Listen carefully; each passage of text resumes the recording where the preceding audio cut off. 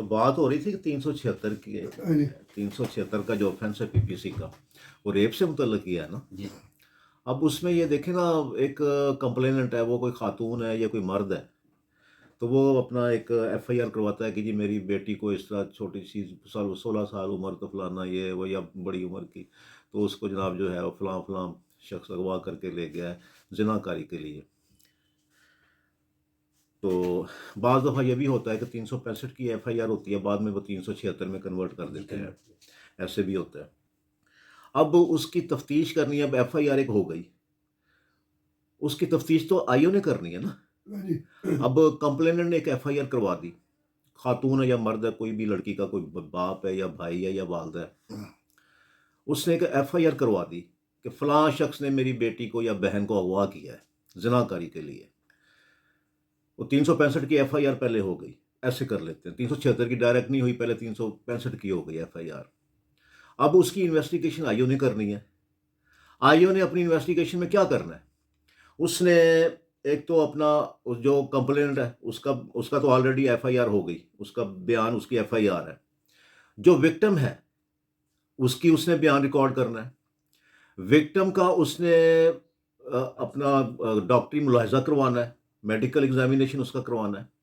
اگر وہ کپڑے دے دیتی ہے کہ یہ کپڑے پہنے ہوئے تھے، اس کے اوپر بھی سیمن کے جو ہے وہ اپنا کوئی سٹینز وغیرہ ہیں یا اس طرح کی چیزیں ہیں، وہ اس کو کیمیکل ایگزامینر کو بھیج دے گا۔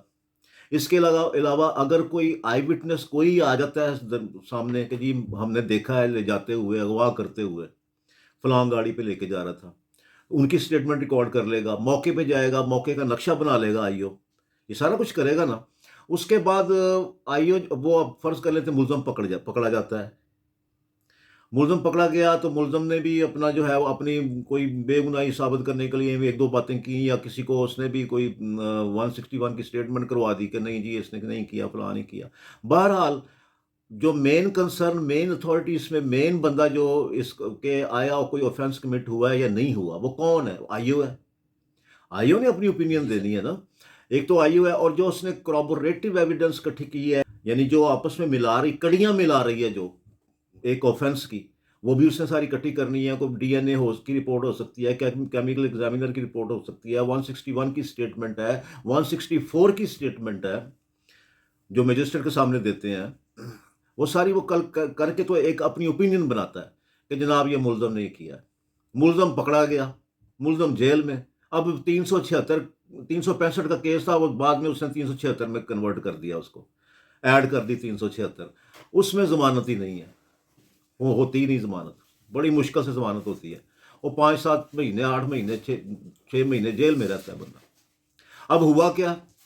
اب کیا ہوا کہ جی جو ملزم ہے جیل چلا گیا، اس کے جو لواحقین ہیں ملزم کے، وہ اب جو ہے وہ اپنا جو بھی مدعیہ ہے یا جو بھی کمپلیننٹ ہے یا کوئی مرد ہے یا عورت ہے جو بھی ہے، اس کے ساتھ وہ بیٹھتے ہیں، کوئی لوگوں کو اکٹھا کر لیتے ہیں، کوئی لوگ درمیان میں ڈال دیتے ہیں، کوئی معززین سمجھ لیں کہ جی معافی دے دو جی۔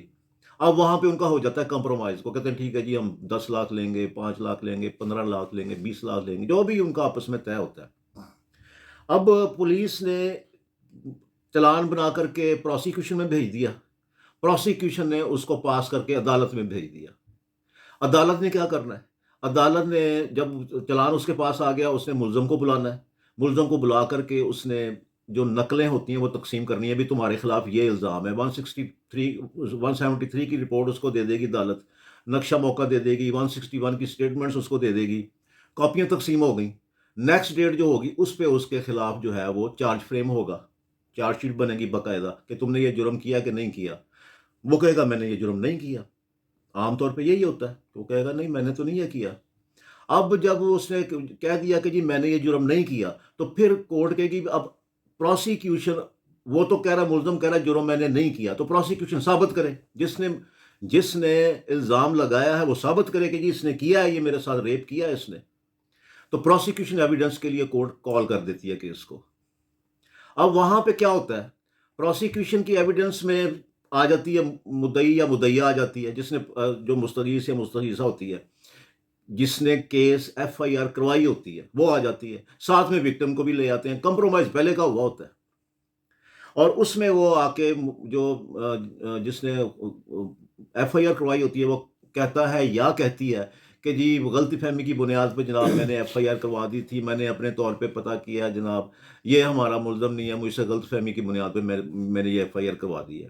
اور وہ وکٹم جس کے ساتھ ریپ ہوا ہوتا ہے، کیونکہ اس کے والد نے والدہ نے یا کسی نے بھی وہ پیسے لے لیے ہوتے ہیں، وہ بھی اسٹیٹمنٹ دے دیتی ہے آ کے عدالت میں کہ جی اس نے میرے ساتھ کوئی ریپ نہیں کیا۔ اب بتائیں عدالت کیا کرے وہاں پہ؟ عدالت نے ان کو بری کرنا ہے نا، عدالت کا ذاتی کیس تو نہیں ہے کہ عدالت کہے نہیں جی میں تو چھڑنا ہی نہیں ہے نا۔ عدالت کا ذاتی کیس نہیں ہے، عدالت نے کہنا ہے کہ جب وکٹم جو ہے وہ بیک آؤٹ کر گئی ہے اپنی اس بات سے کہ جی میرے ساتھ اس نے ریپ نہیں کیا، عدالت نے اس کو 265 میں بری کرنا ہے نا، ایکویٹی کرنا ہے نا اس کو۔ تو عدالت کے پاس حالانکہ نہ تو یہ کمپاؤنڈیبل اوفینس ہے، نہ ہی جو ہے وہ اس میں کوئی ویو والا معاملہ ہے کہ جی وہ اپنا ویو کر دے اپنا رائٹ، وہ بھی ایسا کوئی معاملہ نہیں ہے۔ پھر عدالت کے پاس اور کوئی آپشن نہیں ہوتی کہ جب وکٹم ہی ریزائل کر گئی ہے، جب کمپلیننٹ ریزائل کر گیا ہے یا کر گئی ہے، تو کورٹ کے پاس آپشن ہی کوئی نہیں ہے، وہ چھوڑ دیتی ہے، بری کر دیتی ہے اس کو۔ لوگ کہتے ہیں لو جی عدالتوں نے یہ کیا کیا جناب، فلاں کر دیا۔ ہاں، اس میں یہ ہو سکتا ہے کہ اگر جو ملزم ہے جو بری ہو گیا اب ان کی، وہ اگر چاہے تو ان کے خلاف ڈیمیجز کلیم کرے ڈیمیجز کلیم کہ انہوں نے میرے خلاف، اب کمپلینر نے آ کے کہہ دیا، عدالت میں کہہ دیا، اس نے جج صاحب کے سامنے کہہ دیا کہ جناب یہ میرے ملزم نہیں ہے، غلط فہمی کی بنیاد پہ میں نے ایف آئی آر کروا دی تھی۔ وکٹم کہتی ہے جس کے ساتھ ریپ ہوا تھا، وہ کہتی ہے کہ جناب یہ میرا ملزم نہیں ہے، پیسے لے کے وہ یہ اسٹیٹمنٹ دے دیتے ہیں۔ تو اگر جو ایکیوزڈ ہے وہ اگر چاہے تو پھر ان کے خلاف ڈیمیجز کلیم کر سکتا ہے۔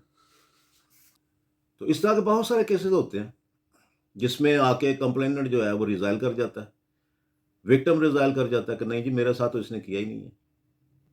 اب بعض کیسز ہوتے ہیں کمپاؤنڈیبل، جس میں کورٹ کہتی ہے کہ ٹھیک ہے جی کمپاؤنڈ ہو گیا، جی راضی نامہ ہو گیا، عدالت بری کر دیتی ہے ملزم کو۔ جو کیسز کمپاؤنڈیبل نہیں ہیں وہ اس میں پھر لوگ اس طرح سے یہ والا راستہ اڈاپٹ کرتے ہیں کہ اپنا جب ایویڈنس کے لیے کورٹ کال کرتی ہے وہاں پہ آ کے اسٹیٹمنٹ دے دیتے ہیں کہ نہیں جی یہ ہمارا ملزم نہیں ہے، غلط فہمی کی بنیاد پہ ہم نے ایف آئی آر کروا دی تھی، پیسے وغیرہ لے کر کے ملزم سے فارغ کر دیتے ہیں۔